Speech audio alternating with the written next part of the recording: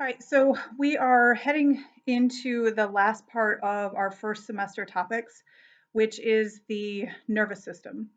And we know that through the 2 semesters we have together, we're ultimately going to cover all 11 of the body systems. We've taken care of some of them. This first semester, we'll knock out the rest of them second semester. But when we look at all 11 body systems that we have, the nervous system is really kind of the grandfather of all of them because it has to monitor everything that is going on within your body, from your organs to your tissues to your cells down to the smallest level. It is constantly having to monitor what's going on at each and every level. And not only monitor what's going on at each level, but if something is not working the way that it's supposed to, it falls to your nervous system to figure out a plan on how to fix it and get it back to working the way that it's supposed to. So it monitors, it comes up with a plan if things are not going the way they're supposed to. Then it actually has to follow through on it and make sure that it gets things readjusted and realigned so that they go back to working normally. And if you think about how that all has to come together, this is not something that just because you're sleeping, your nervous system gets to take a break also. Your body has to constantly, or your nervous system constantly has to monitor day in and day out. No matter what you are doing, it is always working at a very high level because some of the parameters that our body has to work within are very small. And if you start to deviate too far from those parameters, it doesn't take very much before things start not working the way they're supposed to, adverse effects, and you could get into some pretty serious situations very quickly. For example, if you think about the pH level of the human body, pH level is 7.4. And the range for that it can deviate before you start having some issues is 7.35 to 7.45. That's not a huge range. And so if things start to go away that they're not supposed to within your body, you have a very small amount of time to figure out what's going on and get it corrected before it starts having, like I said, adverse effects for, your cells, your organs, your organ system, whatever is involved with that particular system or structure that's not working the way that it's supposed to. So the nervous system has a huge task of communicating with other body parts, monitoring what's going on in your body, and then correcting things that are not working the way they're supposed to in your body. When we talk about the nervous system over the next couple of weeks, there are 3 major aspects that we're really going to focus on. We're going to take a look at the nerves and get an understanding of how things work at the nerve level. Then we're going to take some time and talk about the brain, and then we're going to talk about the spinal cord as well. In actuality, we could spend an entire year on the nervous system alone. So there's a lot of information here. We're going to get a good foundation of that information and the structures and how they work together. But the nervous system is an amazing body part or body system that we have, and all the capabilities that it has and all the jobs that it has to carry out. So when you guys are looking at your packets, and I gave you guys the packets for the through the end of this first semester, the one that you're going to need is going to be a packet that has, it says the nervous system at the top, and then it has a picture of a cell. And the first thing that I want you guys to really pay attention to or look at when you look at that packet is what that cell looks like. So that picture is of a single nerve cell, and you've got a lot going on there. But the first thing that you might notice is that it deviates from what we typically think a cell being like. When we talk about cells, when we draw them, we put that nice round circle on there, and that's kind of immediately where our brain goes when we talk about what our cells look like. Now, for every rule, there's an exception, and the nerve cell is one of them for the body. It doesn't follow that typical cell shape. It is not nice and round. And the reason for that is the job that it has to carry out is very, very different from your typical body cell. And so it has to be designed in a different way to allow it to be able to do its job. Big concept in anatomy is that the structure of a body part or structure that we have in our body is going to determine the function. So what it is shaped like is going to determine the job that it carries out, and vice versa. The job that it needs to carry out is going to determine what it looks like. They go hand in hand. That is huge in the efficiency factor. By having the shape and the function go hand in hand and work together, it just ensures that we are working at the highest level of efficiency that we possibly can. So when we look at that nerve, you'll notice that on the sides of it, there are some extensions that look like they're flaring out. And those extensions are going to actually be the parts of the cell that are bringing in any stimuli. So if you get stuck with a needle, or you get a sliver in your skin, or you step on something sharp, when that initial stimulus comes into the body, it's going to be those flared structures you see on the outside that are going to bring that impulse into the main part of the nerve. And if you really look at that picture, you can see kind of a central core there that looks like a nice round circle, like we would think of a cell being. That is going to be the part of the cell where the information is actually processed. Once it's processed, then you have a single extension that comes off of the cell, and you can see that at the bottom of that picture. That is a structure that is going to now relay that nerve impulse to a neighboring part. And this could be another nerve cell. Some of your nerves are lined up like trains on or cars on a train. And so you have an impulse come into one nerve, it's going to send it to a neighboring nerve and on down the line. So that's why if you've ever hit your funny bone on something and you get that shooting sensation that goes down and makes your fingertips kind of tingle, that's because those nerves are laid end to end. Stimulus just runs from one nerve down to the next, and that's how you get sensations in different parts of your body. It could be a nerve that will eventually lead to a muscle. And so when we talk about muscle contractions, like our conversation last week, maybe that nerve is going to link up or be right up next to a muscle. And now that impulse is going to fire and tell that muscle it needs to contract. Might be associated with one of your organs so that it tells your organs what it needs to do. So nerves can go a variety of different places. Another nerve, muscle, organ somewhere in the body. But ultimately, that long extension that you have coming off of the nerve cell is going to feed that impulse to another structure to tell it what it needs to do.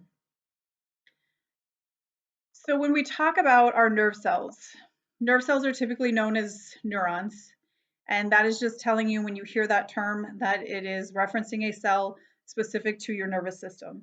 Now, something that we see in the nervous system that we don't see in other parts of the body is helper cells. And so in the case of your nervous system, you have what are known as neural glial cells, and they get lots of different names. Some places they'll be neuroglial, some you'll just see glia, and then glial cells. They all reference the same thing. These are special cells that help support your nerve cells. The number of nerve cells that you have in your body is the number that you will have for your entire life. And you can do some repair to nerve cells, but they don't go through mitosis or meiosis. So there's no cell division that is going to bring about more nerve cells if you should damage them to the point that they are not able to be repaired or that they ultimately would die. So the number of nerve cells you have is set very early in the development of your body. Now, because of that fact, that is why we have the neuroglial cells. These are special cells that are designed to do certain tasks to make sure that your nerve cells are always in the best possible conditions. Some of them will eat debris up from around the cell to help keep it clean and free of potential invaders. Some will do slight repair and build scar tissue for the nerve cells. Some of them will build a special structure or material called myelin, which is a protective covering that you have over your nerve cells. So there's different types of neuroglial cells, and they carry out different tasks depending on what part of the nervous system they are in. And we'll talk more about those a little bit later. Now, the interesting thing about the neuroglial cells is there's been a lot of research that has been done on your brain and what equates to intelligence. And for a long, long time, they thought the size of your brain would ultimately be correlated to your level of intelligence. And they did all these studies trying to make that fit, and they could never make that theory work. And when Albert Einstein passed away, his family did not want an autopsy done, And unfortunately, his brain was actually taken from the hospital where he passed, and an autopsy was performed. Several tests and studies were performed on his brain. And what they found is that in his brain, where most people might have 8 neural glial cells to support a neuron, he had an upwards of 40 to 50. And so the number of neuroglial cells that he had in his brain were just far and above anything that the average person had. And so now that gave them a very different track to look at when they were trying to determine intelligence and where that actually stems from. Now, with the functions of the nervous system, there are 3 main things that your nervous system is actually going to do for you. Number one, it's going to deal with any sensory information. And you guys have sensory information coming not only from the external world, which makes sense. If you have lights that are blaring, temperature changes, the air around you, things like that, that stimuli is always bombarding your body. But you also have a lot of internal sensory information coming in as well. Your organs working in a particular way, discomfort, things like that from with inside your body. You are getting a lot of sensory information that way as well. So you have all of this sensory information coming in. Once that sensory information comes in, now it has to be processed. And so that's going to be the job of integrating that information. So once that sensory information is delivered to your nervous system, your brain and your spinal cord will work together to determine how you're going to respond. And then ultimately, once that response is determined, now your nervous system has to set into motion the body parts that are actually going to carry out that response. You are stepping on something sharp, that information is going to be sent to your muscles to tell you to pick your foot up off the sharp object, or it might go to your endocrine glands. So if you are on a roller coaster and you're about to go over that first peak, your adrenaline will probably start pumping, your eyes are going to dilate, blood pressure is going to increase. All of those things are going to change in response to that. But that is your hormone side of things that are responding to that situation. Now, with the nervous system itself, you have 2 main divisions. And please understand that under each one of these, you would have several subdivisions. So we have the central nervous system, which gets abbreviated as the CNS, and that is going to be the brain and the spinal cord. So those are the 2 parts that you see within that central nervous system. Peripheral nervous system is going to be made up of all the nerves in your body, and you have 2 sources of nerves. Some of your nerves are actually going to extend directly off of your brain. So from the bottom side of your brain, you have nerves that will actually branch off. And we didn't talk about them specifically when we did our bone chapter, but in the base of the skull, there's all these extra holes that are there. And that's actually holes that are created for those cranial nerves, the nerves that come off the bottom of the brain, to be able to go through the bone and go out and serve your facials, your face, your tongue, and then your neck as well. And some of them even actually extend down far enough to impact your shoulders and your muscles in that area. You also have spinal nerves, and these nerves are going to branch directly off of the spinal cord. And your vertebrae have special holes in them that allow for those nerves coming off of the spinal cord to exit the bone structure, and then they will go out to all the parts of your body. So the nerves that come off of the upper part of your spinal cord will actually extend out. They go down the nerves all the way down to your fingertips. The lower you go on your vertebral column, ultimately will also correlate with the part of your body that they are serving. So the ones from your chest, your abdominal region will take care of your core. And as you get into the lower part of your spinal cord, where your lumbar vertebrae would be, now those are going to be the nerves that will extend out and run down your legs all the way down to your toes. So central nervous system takes care of the central or the core parts of your nervous system, which is the brain and the spinal cord, or which are the brain and the spinal cord. And then your peripheral nervous system is going to deal with the nerves. With the functions of the nervous system, we kind of touched on this already. There are 3 main pieces the sensory information coming in, and you guys have all types of receptors in your body. Those receptors are going to pick up on different types of information. The key thing about the receptors that you guys have in your body is they can only process one type of information. So you have thermoreceptors in your body, but they can only detect hot or they can only detect cold. They cannot do both. You have mechanoreceptors in your skin, but you have different classes of mechanoreceptors.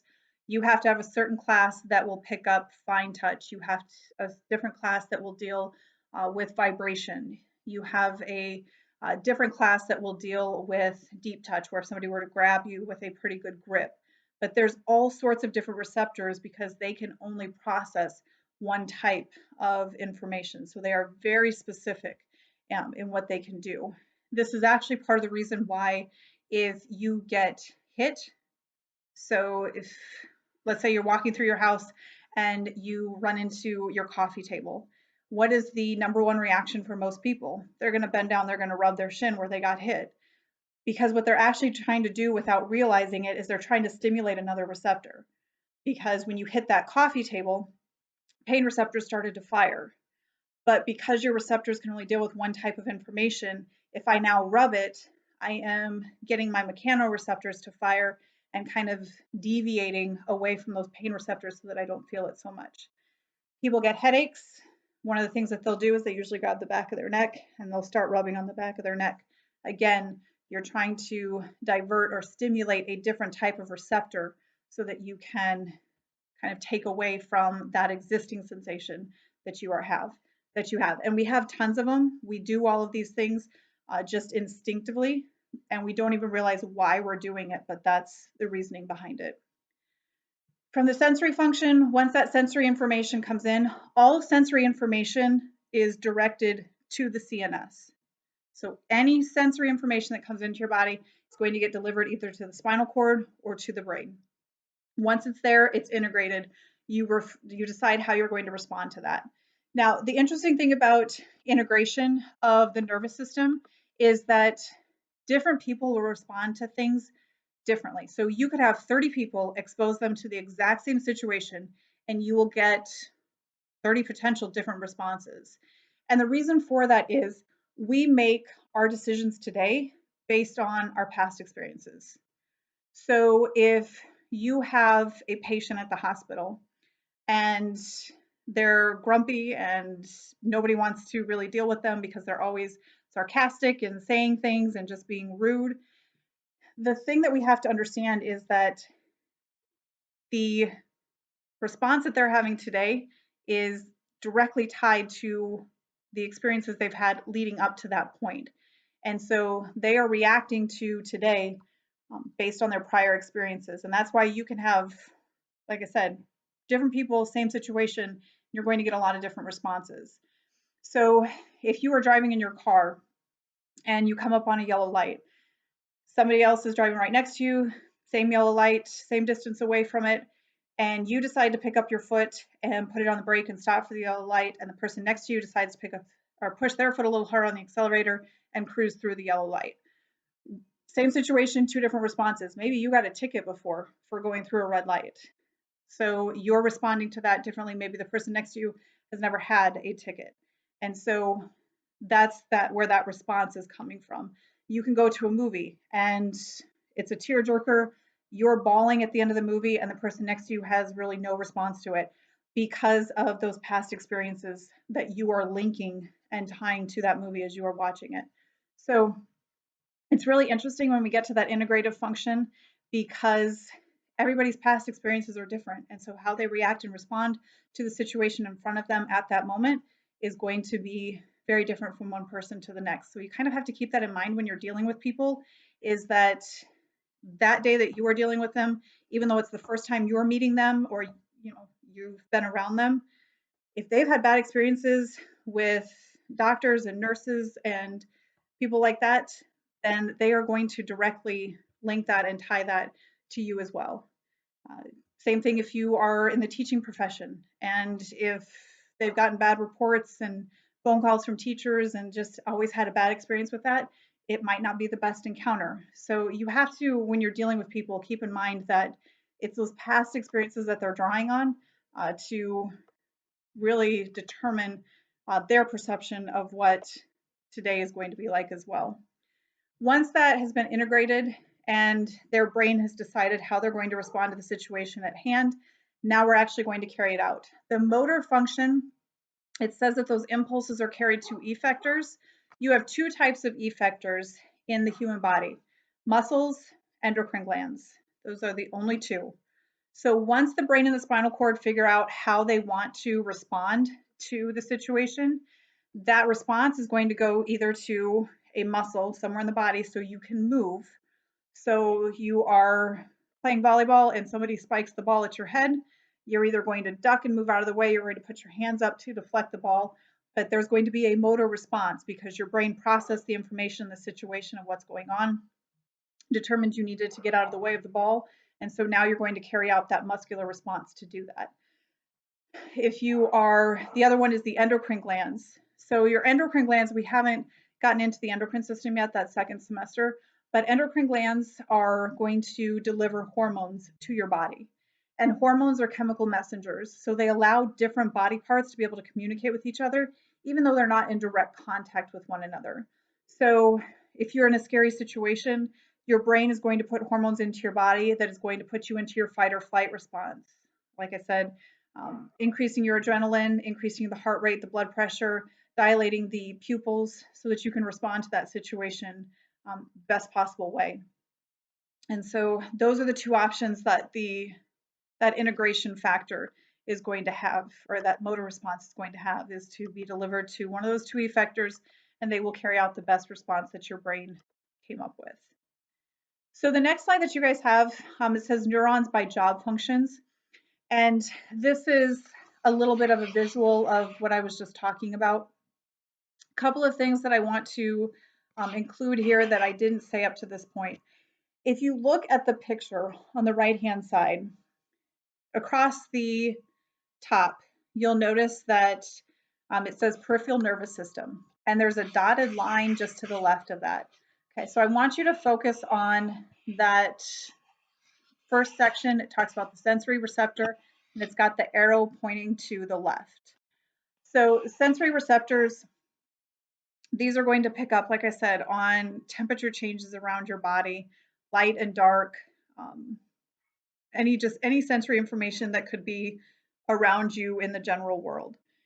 So that sensory information is going to come in and it's going to travel from those receptors. And if you look, that dotted line, once you cross that, now you're into the central nervous system. So to the left of that dotted line is going to be your brain and your spinal cord. So the sensory information, you'll notice that arrow shows all sensory information is directed to the brain and to the spinal cord to be processed. Now, if it is a low level function, so if it's a stimulus that can be taken care of by your spinal cord actually has the ability to respond to that stimuli and not have it go all the way up to the brain. And if you think about the benefit of that, if you're stepping on a nail with your bare foot, and the longer that you are stepping on that nail, obviously the further you're driving it into your foot. If I only have to send that stimuli to my spinal cord, and think about those lumbar vertebrae, so from your foot up your leg, and we get to the lumbar vertebrae, and that spinal cord can take that information, process it, and return it back down to the muscles of your leg to tell you to pick your foot up off of that nail, versus it having to travel all the way up to your brain to get processed. That's 3 feet from the bottom of your spinal cord up to your brain. That's time. That is the distance that that nail is going to end up going through your foot. So some of the lower functions, like I said, as they come in, can be processed right at that spinal cord, and that response can be returned back out to your body part, and you can make the change much faster than having it travel all the way up to your brain. Now, some of the higher level functions, they do have to go all the way to your brain. Brain will figure out a response and then return it back to the appropriate body parts. So sensory information comes in, brain and spinal cord are going to figure out what to do with it. And then if you'll notice, if you kind of make a U-turn, so we came in on the sensory receptors, crossed over that dotted line into the brain and the spinal cord. Now if we go to that bottom line, so you follow the arrows around, and now we're at that bottom one. You see the arrow now pointing to the right, and it talks about the motor neurons and the effectors. So that is the response. That is what your brain and your spinal cord decided you needed to do. And now that's being sent out, back out to the body to actually be carried out. Now, a couple of terms that you have here. If you look with the sensory neuron, it says sensory afferent. And if you look just below that, it says motor efferent. Afferent is a very fancy way of saying that you are going to something. Efferent is a very fancy way of saying that you are moving away. So any sensory information is afferent, it's going to the nervous system, and any motor response is going to be efferent, it's moving away from the nervous system. And those are terms that we will come up with, or we will talk about again later on in the year when we get into our kidney chapter and we start talking about urine formation.